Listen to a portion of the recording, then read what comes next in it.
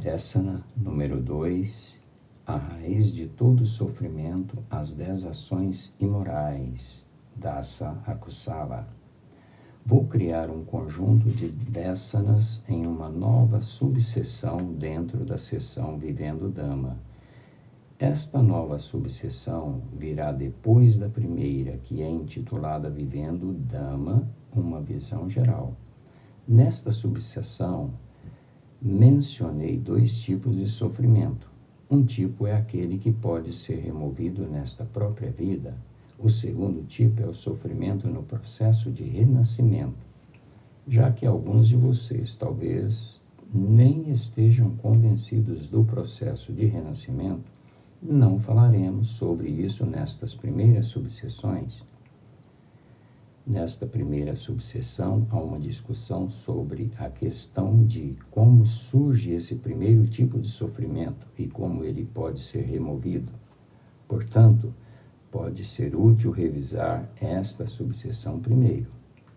Agora, depois dessa primeira subseção, tinha uma segunda intitulada Vivendo o Dhamma, Fundamentos, onde comecei a discutir a conexão entre Dasa Kusala e Chaitasika, ou fatores mentais em nossos pensamentos. Recentemente, com base nos comentários dos leitores, percebi que era um salto muito grande da primeira para a segunda subseção. E isso é verdade, mesmo para muitos de vocês que tiveram contato com o Buddha Dhamma, mas que não estão familiarizados com Chaitasika e o Abhidhamma em geral. Portanto, com essa nova subseção chamada de Vivendo o Dhamma com menos Pali, espera-se que se faça a transição entre as 2 subseções citadas anteriormente. Pretendo introduzir os termos Pali gradualmente nesta subseção. Além disso, o material discutido nessa nova subseção não foi discutido em nenhuma das subseções das 2 últimas subseções anteriores. Essa é mais uma abordagem básica para aprender o Dhamma e, em particular, como iniciar a prática de fato. Portanto, esta subseção terá menos teorias e mais práticas reais. Vou repetir. Essa subseção, que é uma nova subseção, é mais relevante para a prática e estabelece a base para as meditações Anapana e Satipatthana. Vamos começar com a discussão sobre as 10 ações imorais ou Dasa Kusala. As 10 ações imorais, ou Dasa Kusala, assim como os 10 mandamentos no cristianismo, estão no coração do Buddha Dhamma. Mas elas são muito mais profundas, como apontarei neste dessana.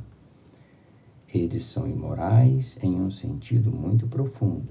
Quão profundos eles são, será revelada gradualmente em vários dessanas. Imoral normalmente significa algo que não se deve fazer, porque isso pode causar danos a outras pessoas, mesmo que beneficie a si mesmo, por exemplo, financeiramente. Mas com o Buddha Dhamma é possível demonstrar que tais ações de fato causam mais danos a si mesmo do que aos outros.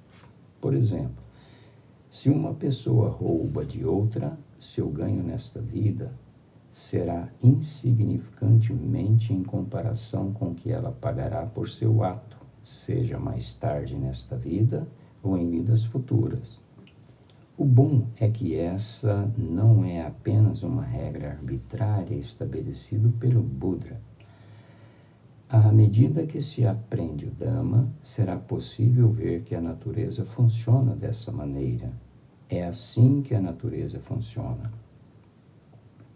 Essas 10 ações imorais são divididas em 3 categorias. Há 3 feitas com ações corporais, como matar seres vivos, furto e má conduta sexual. Esses são os primeiros que devem ser evitados a todo custo. Em seguida, vêm as 4 imorais feitas através da fala. São elas: mentir, caluniar, discurso áspero e fofoca ou conversa fútil. Isso também precisa ser interrompido o mais rápido possível. Portanto, se a pessoa estiver determinada, é relativamente mais fácil tentar evitar esses aguçalas feitos pelo corpo e pela fala. Esses 3 últimos, feitos pela mente, são mais complexos. Eles são ganância excessiva ou abhijja, excesso de raiva ou yapada, e visões errôneas ou mityaditi. Para realmente cumpri-las, é preciso aprender o Dhamma até certo ponto. Isso é o que faremos em alguns desanas desta série. Primeiro, precisamos discutir algumas coisas sobre as quais alguns de vocês talvez nem tenham pensado a respeito dos 7 atos imorais, ou akusalas, praticados pelo corpo e pela fala. Por exemplo, muitos de nós consideramos a caça e a pesca como atividades esportivas e nem mesmo as consideramos como ações imorais. Mesmo em países budistas como Sri Lanka, há muitas pessoas que se dedicam à pesca e à caça como meio de vida. Eles também não consideram essas atividades imorais, principalmente porque suas famílias estão envolvidas nessas atividades há gerações. Mas é uma boa ideia olhar para essa questão com uma nova perspectiva. Todos os animais têm percepções e sentimentos. Eles podem reconhecer o que está acontecendo em seu ambiente e eles sentem dor, assim como nós. Essa é a diferença entre seres sencientes e plantas. As plantas também são seres vivos, mas não têm sentimentos, percepções ou pensamentos. Esse é um ponto muito importante. Ao contrário dos seres humanos ou dos animais, as plantas não conseguem pensar. Voltando aos animais, todos nós conhecemos o comportamento de cães e gatos. Sabemos que eles reconhecem seus tutores e isso é percepção. Um cão começará a abanar o rabo ao ver o tutor, mas começará a latir ao ver um estranho. Eles brincam com outros cães amigáveis, mas latem para os cães estranhos. Isso é percepção, é a percepção, a capacidade de identificar coisas no ambiente. Eles gritarão de dor se você bater neles. Além disso, eles se sentem tristes quando você grita com eles.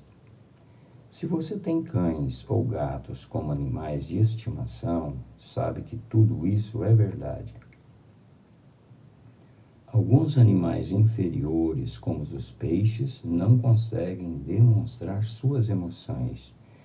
Eles não têm os músculos faciais que nós temos para demonstrar emoções. Eles não têm a capacidade de gritar como cães ou gatos. Mas se você já viu um peixe pendurado em um anzol, você pode ver claramente a dor que eles estão sentindo. Portanto, todos os animais sentem dor e todos eles têm percepção. Para aqueles que estão familiarizados com o Abhidhamma, Sanya e Vedana são fatores mentais universais. Esses 2 fatores mentais, ou Chaitasika, estão em todo e qualquer pensamento ou Chitta. Sanya é a percepção e Vedana é sentimento. Matamos muitos insetos pequenos, mesmo sem perceber, quando fazemos uma caminhada. E isso não leva a qualquer kama vipaka ruim ou a consequências ruins.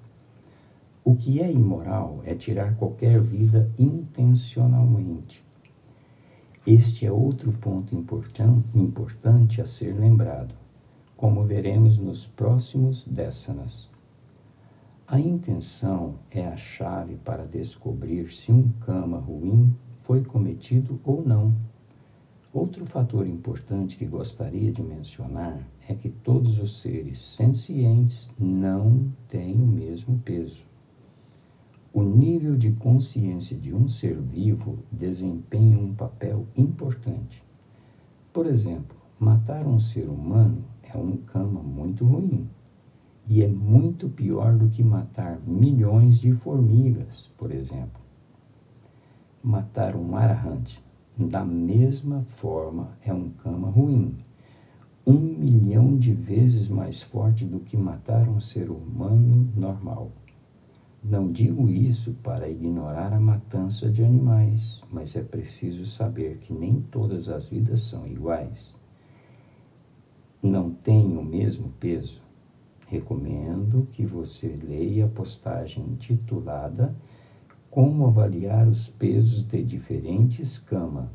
Informarei o link nesta postagem.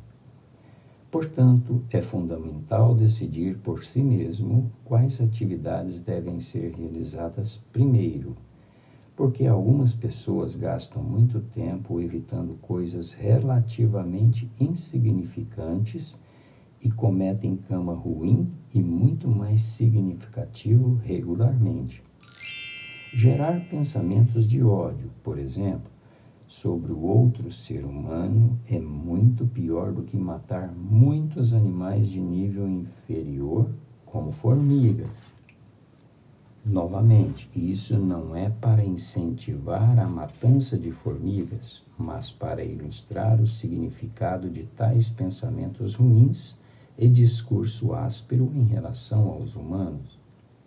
A propósito, karma é o que se faz, fala e pensa. Akusala karma, ruim ou imoral, são aqueles associados a qualquer uma das akusala.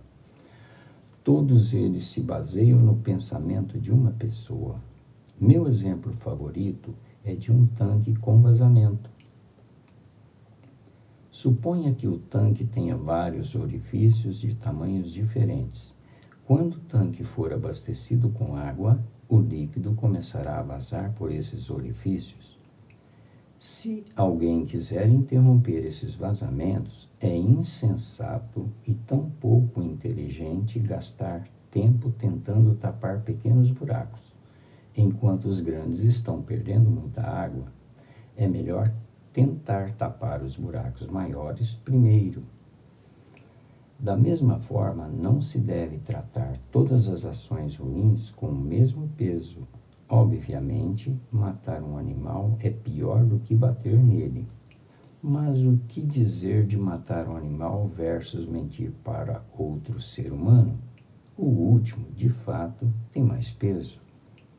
Isso se deve ao fato de a vida humana ser muito mais valiosa do que a de um animal. Obter a vida humana é uma ocorrência muito rara para um ser vivo. A esse respeito, também devo apontar a akusala comum que muitas pessoas praticam regularmente, mesmo sem perceber. Algumas pessoas tendem a pensar que apenas dizer coisas ruins é um discurso imoral. Por exemplo, uma pessoa pode ficar com muita raiva de outra e passar horas e horas tendo pensamentos ruins, desejando que outras coisas ruins aconteçam ao outro. Mesmo que nenhuma palavra seja dita, a pessoa estará gerando muito karma ruim apenas por ter pensamentos ruins e conscientemente por um período longo. Sabemos que mentiras, difamação, proferir palavras duras ou fofocas são considerados discursos ruins. Todos eles estão incluídos em Vati-Sankara. Aqui, Vati significa fala, mas Vati-Sankara também inclui falar consigo mesmo. Se você pensar um pouco, verá que tendemos a fazer muito disso. Falamos internamente antes de dizer algo em voz alta. Isso também pode ser rotulado como pensamentos conscientes. Temos plena consciência de que estamos tendo tais pensamentos. Tais pensamentos conscientes, ou falar consigo mesmo, também estão incluídos no Vati Sankara. Talvez você queira ler a postagem sobre o significado correto de Vati Sankara. Antes de falarmos palavras ruins, normalmente pensamos nelas em nossas mentes. A propósito, no Abhidhamma, Vati Sankara é definido como Vitakka Vichara. Por isso, mesmo que você não fale em voz alta, eles ainda são contados como Vati Sankara. Portanto, precisamos realmente prestar atenção e parar com esses maus pensamentos conscientes sempre que tomamos conhecimentos deles. Isso fará uma enorme diferença no estado de espírito a longo prazo. Vimos algumas pessoas com cara de raiva, murmurando para si mesmos sem dizer uma única palavra. Mas só de olhar para o rosto dessa pessoa, podemos ver claramente que ele ou ela está tendo pensamentos muito severos. Esse é um hábito muito ruim. Portanto, essas são algumas coisas que devemos ter em mente com relação às ações imorais do corpo e da fala. É mais fácil lidar com esses 7 akussalas feitos por ações corporais e fala, entretanto, é um pouco mais difícil controlar os 3 akussalas feitos pela mente. Aqui, quando digo que é mais difícil controlar as ações realizadas pela mente, não estou falando de pensamentos conscientes ou do Vati Sankara que discutimos há um minuto. Há certos pensamentos que vêm automaticamente à nossa mente. As 3 ações imorais feitas com a mente realmente envolvem esses pensamentos gerados automaticamente. Esse é outro ponto importante a ser lembrado. Vamos considerar primeiro 2 ações imorais da mente: excesso de ganância, ou abhijja, e excesso de raiva, ou vyapada. Os pensamentos de cobiça surgem automaticamente em nós quando vemos, ouvimos, cheiramos, provamos ou tocamos algo que realmente gostamos. Pensamentos de raiva também surgem automaticamente em nós quando vemos, ouvimos, cheiramos, provamos ou tocamos algo que realmente não gostamos. Agora observe a diferença entre o surgimento automático de pensamentos de satisfação ou de raiva e, a partir deles, a continuação com pensamentos mais conscientes. Essa é a diferença entre Manosankara e o Vati Sankara. Os pensamentos automáticos são Manosankara e pensamentos conscientes conseguintes são Vati Sankara. Estou tentando introduzir apenas as palavras-chave do Pali à medida que prossigo. Vamos dar um exemplo para esclarecer isso. Suponha que uma mulher esteja andando por uma rua e pare de repente. Ela viu um belo vestido exposto na vitrine de uma loja. A visão desse vestido gerou automaticamente pensamentos agradáveis nela. Esses pensamentos agradáveis foram automáticos. Então, os pensamentos iniciais que lhe vieram à mente foram: que vestido bonito! E esse é o Manosankara. Agora, ela para e continua olhando para o vestido. E o detalhe é que ela está pensando conscientemente no vestido. Será que eles têm outras cores? Quanto que custa? Posso pagar por isso? Haverão milhares de pensamentos conscientes surgindo. Agora ela está deliberadamente tendo esses pensamentos. E esses são Vati Sankara. Suponha que ela estivesse caminhando com o marido e parasse abruptamente. O marido também pararia para ver por que ela parou. Então ele também verá o vestido, mas esse vestido não gerará nenhum pensamento especialmente agradável nele. Para ele será bonito, mas ele não terá nenhum interesse nisso. Assim ele não gerará nenhum Vati-Sankara. Espero que você perceba como os diferentes tipos de Manosankaras são gerados automaticamente de forma diferente em pessoas diferentes. A esposa gerou ganância ou Manosankara e o marido não gerou. Agora me perdoe por usar essa palavra um tanto extrema, gananciosa, mas isso ilustra como nos apegamos. O objetivo aqui é mostrar que pessoas diferentes reagem de forma diferente, com base em suas personalidades e hábitos. A palavra em Pali para isso é gati. Dois indivíduos quaisquer têm gati diferentes. Embora alguns gati possam se sobrepor, haverá muitos gati que são diferentes de pessoa para pessoa. Agora, um casal casado terá muitos gatos semelhantes, e é por isso que eles conseguem ficar juntos. Mas, ainda assim, não há duas pessoas que tenham o mesmo gato. Então, vamos dar outro exemplo. Suponha que duas pessoas politicamente ativas, A e B, com visões políticas opostas, estão assistindo ao mesmo programa de TV em suas salas de estar. A imagem de um político C aparece na tela. A gosta de C, mas B odeia C. Portanto, assim que a imagem aparecer, a pessoa A estará gerando pensamentos agradáveis sobre C. Mas a pessoa B gerará pensamentos de ódio. Com base no GAT político da pessoa A e B, eles gerarão automaticamente tipos opostos de sentimentos. Então, cada pessoa começará a gerar seu próprio Vati-Sankara com base nesses sentimentos iniciais. E é claro, eles também serão diferentes.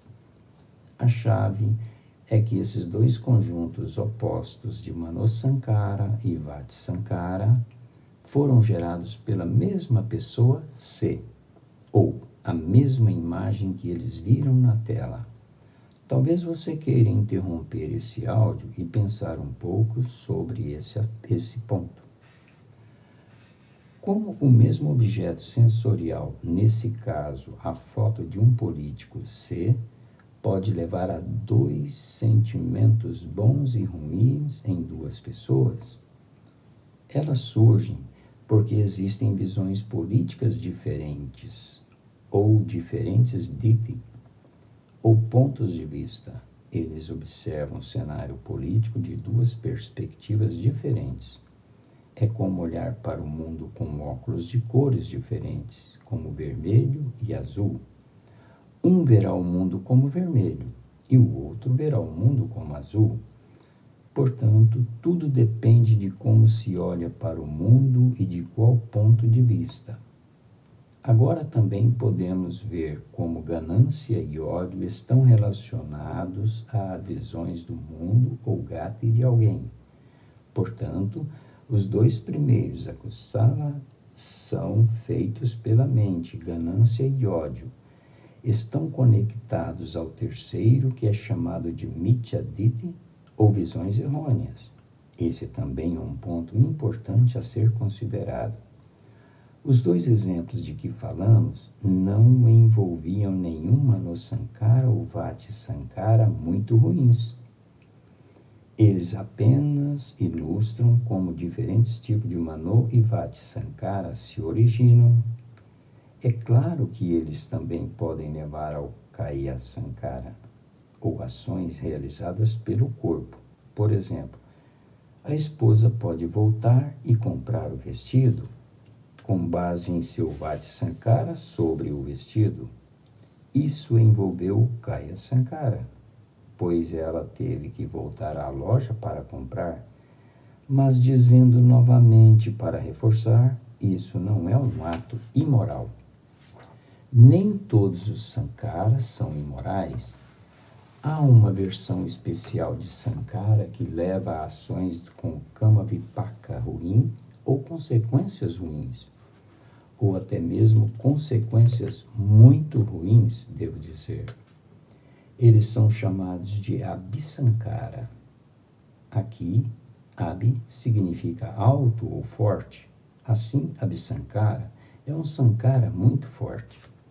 Novamente, eu o encorajaria a parar e pensar sobre esses novos termos e novos conceitos, se não tiver familiarizado com eles. Agora, vamos dar um exemplo de um Abhisankara ou uma ação imoral. Se alguém disser algo desagradável, algo muito odioso para nós, nossa resposta automática é gerar pensamentos ruins instantaneamente e talvez até mesmo dar uma resposta desagradável. Mas o importante é que nem todas as pessoas reagem dessa forma. Algumas pessoas podem até sorrir e deixar para lá, enquanto há outros que reagem violentamente. Essa é a base da atenção plena sobre a qual você já ouviu falar tanto. O ponto crítico a ser lembrado é que precisamos ficar atentos e conscientes de nossos pensamentos e capturar os ruins o mais cedo possível. Aqueles que se irritam com a menor provocação precisam prestar atenção especial. Os animais não têm essa capacidade de autoanálise. Quando ficam com raiva, eles simplesmente seguem o fluxo. Não existe a capacidade de fazer uma pausa e pensar nas consequências. Mesmo em seres humanos, isso é algo que precisa ser cultivado, especialmente para aqueles que se irritam com facilidade. Como costuma-se dizer, respire fundo e conte até 5. Isso ajuda, diminuirá a reação impulsiva.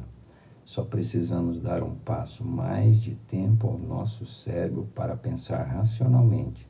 Portanto, talvez você queira pausar o áudio e ler a postagem Cérebro Trino, como a mente reconecta o cérebro por meio de meditações e hábitos. Essa é uma questão importante sobre a qual eu gostaria que você pensasse, mesmo depois dessa. Entretanto, a chave para controlar o Apsala, feito com a mente, é, na verdade, baseado no controle daqueles 7 akussalas feitos pelo corpo e a fala. Quando a pessoa leva uma vida moral, evitando os akussalas feitos pelo corpo, com o corpo e pela fala, a mente se purificará gradualmente. Isso ajuda a cultivar a atenção plena sobre a qual acabamos de falar. É claro que o controle das ações corporais e da fala também depende diretamente da atenção plena. Portanto, eles se ajudam mutuamente. Alguém não diria ou faria algo de ruim se a pessoa tivesse um pouco de tempo para pensar nas consequências ruins.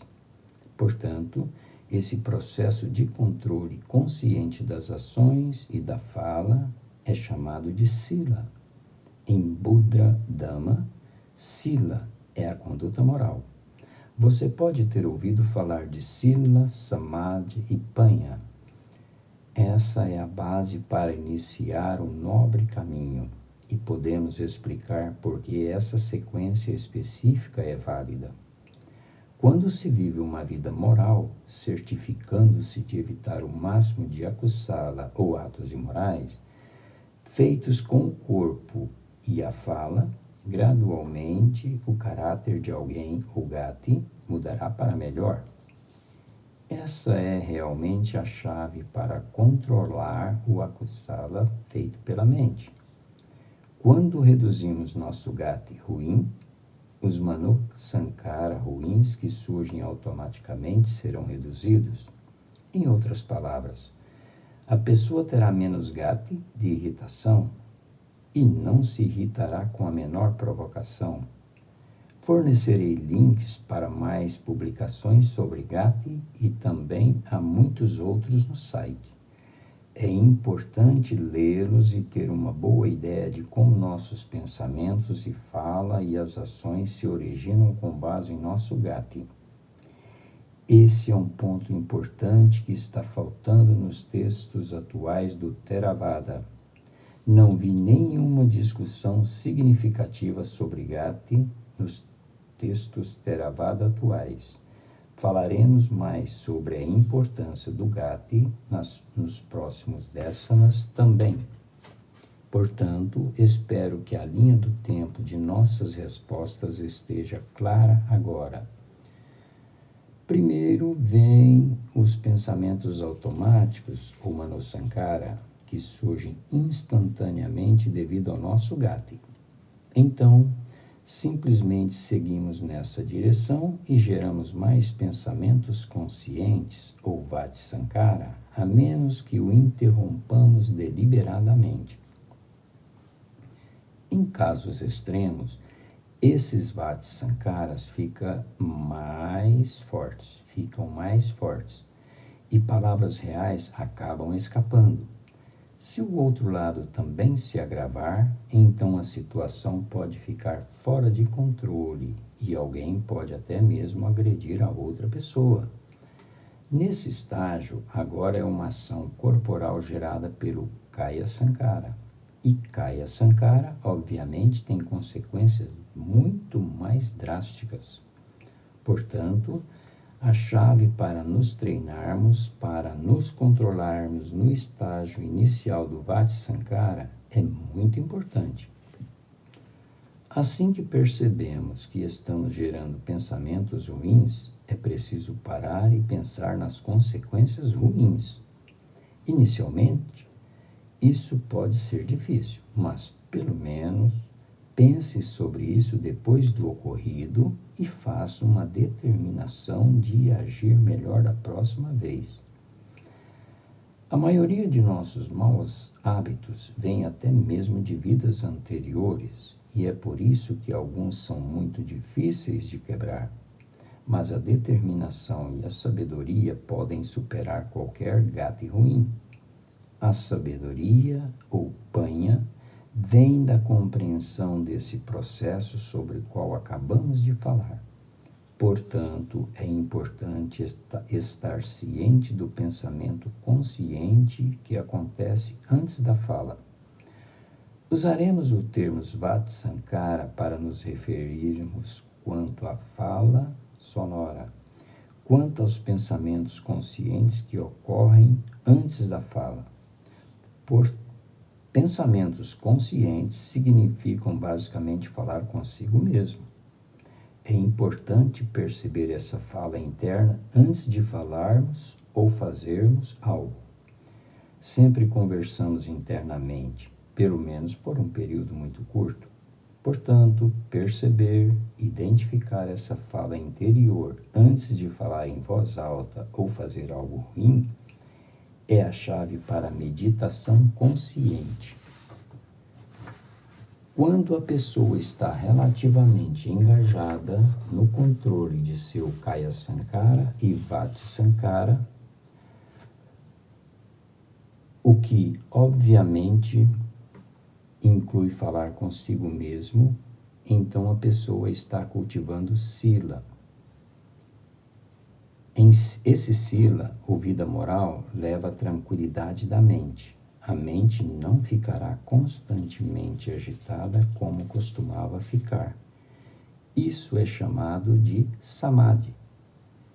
Quando se tem Samadhi com a mente calma, então será mais fácil compreender mais conceitos do Dhamma. Em outras palavras, a panha ou sabedoria da pessoa crescerá.